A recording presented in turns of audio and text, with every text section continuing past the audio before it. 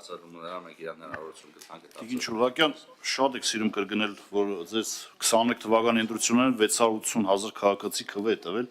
բայց պետք է նշեմ, որ այդ քաղաքացիները քվ են տվել են ծրագրի համար, որը դուք եւ կառավարությունը պարտավոր եք իրականացնել մինչեւ 26 թվականի ընտրությունները, չեմ ուզում անդրադառնալ ծրագրին կետարկել, որովհետեւ մեծամասնությունը այդպես էլ կյանքի չկոչվեց, ուղղակի կանդրադառնամ մի կետի, որ Արցախը հանձնելու լիազորությունը 680,000 քաղաքացիները ձեզ չեն տվել, բայց դուք հանձնեցիք Արցախը։ Հիմա ուղիղ հարց եմ տալիս։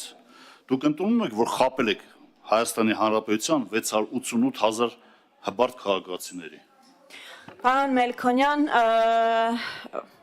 Արցախը հանձնելու վերաբերյալ դեբատներ շատ ենք ունեցել եւ ես չէի ուզենա վերաբացել այդ դեբատը, թե ով է հանձնել Արցախը։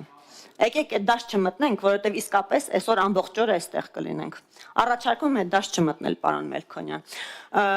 Ինչ վերաբերում է 688,000 քաղաքացիներին, չենք խաբել, ոչ, մենք մեր ընտրողների հետ եւ ողջ ժողովրդի հետ մշտական կոմունիկացիայի մեջ ենք եւ այն որ ձեր փաստարկները այստեղ որ ներկայացնում եք սինեն պարզապես ապացուցվում է նրանով, որ ձեր շուրջ չի հավաքվում ժողովուրդ։ Եթե մարդիկ կարծում են, որ մենք իրենց խաբել ենք, իրենք կամ պետք է դուրս գան փողոց,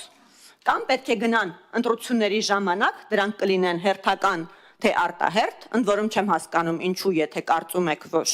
այսպիսի խնդիրներ կան, կառավարությունը չի կատարել իր խոստումները եւ այլն, չեմ հասկանում, թե արտահերթ ընտրություններ ինչու չեք պահանջում, որովհետեւ չեմ լսել ձեզանից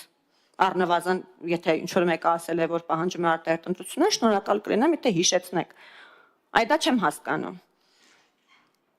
Հիմա կամ արտահերթ կամ հերթական ընտրությունների ժամանակ մարդիկ, որոնք ըստ ձեզ իրենց պետք է զգան խաբված, գնալու են եւ դա վերածեն քվեի։ Մա խոսքը սկսել են ամենասկզբում նրանով, որ այս գործընթացների մեջ անտեսվում է ժողովուրդը եւ այդ մասին նաեւ վկայում է այն, որ դուք նորից ոչ թե առաջարկում եք ընտրություններ, այլ առաջարկում եք ինչ-որ միստիկ ազգային համաձայնության ինչ-որ մի բան։ Ես հասկանում եմ, որ 90-ականներից ի վեր սովորություն ունեք դուք, եւ որ ասեմ դուք, ես ձեզ նկատի չունեմ անձնապես, ձեր քաղաքական ուժերը սովորություն ունեն իշխանությունը բաշխել կուլիսներում, շրջանցելով ժողովրդին, բայց մենք դրան չենք մասնակցում։ Ունեք ինչ-որ բան ուզելու, ուզեք ժողովրդից, դա կլինի ընտրությունների տեսքով, հերթական կամ արտահերթ, դա կլինի փողոցում ժողովուրդ կրիտիկական զանգված գեներացնելու տեսքով։ Խնդրում եմ ձեր հարաբերությունները ժողովրդի հետ, պարզեք ինքնուրույն, մենք ժողովրդի հետ հարաբերվում ենք։ Դուք խնդրում եմ հարաբերվեք, եթե կկարողանաք համոզել, եկեք շարունակենք խոսակցությունը։ Այսքանը, շնորհակալություն։ Արձագանք ունեք, պարոն Մելքոնյան։ Այո, ունեմ արձագանք։ Նախ սինխոստումների, եթե որևէ քաղաքական ուժ կա Հայաստանի Հանրապետությունում սինխոստումներ տվել, այդ քաղաքական ուժն է, որովհետև 21 թվականի այդ տված խոստումներից կարելի ասել ոչ մեկն է կյանքի չի կոչվել։ Իսկ ինչ վերաբերում է Արցախ հանձնելուն, Արցախը դուք եք հանձնել, ձեր քաղաքական ուժն է հանձնել եւ պետք չէ այստեղ մանիպուլացնել, նորից բարդել նախկինների այդ խաղի մեջ մտնել նախկին ներկա։ Հաստված վկա, պատմությունը վկա, այդ ամեն ինչը ձեր քաղաքական ուժի շնորհիվ է, որ այսօր Արցախը հայկական չէ եւ 120,000 արցախցի հայր այսօր մնացել են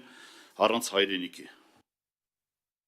Շնորհակալություն, պատմությունն արդեն իսկ արձանագրել է, որ Արցախը հանձնել է ձեր կողմից պալատական հեղաշրջման միջոցով Լեռնային Ղարաբաղում նախագահ նշանակված անձը։ Պատմությունը դա արդեն արձանագրել է։ Մնացածի մասով ես նորից ձեզ ուղղորդում եմ դեպի ժողովուրդ, կգնաք ժողովրդից կուզեք քվեն, մենք մեր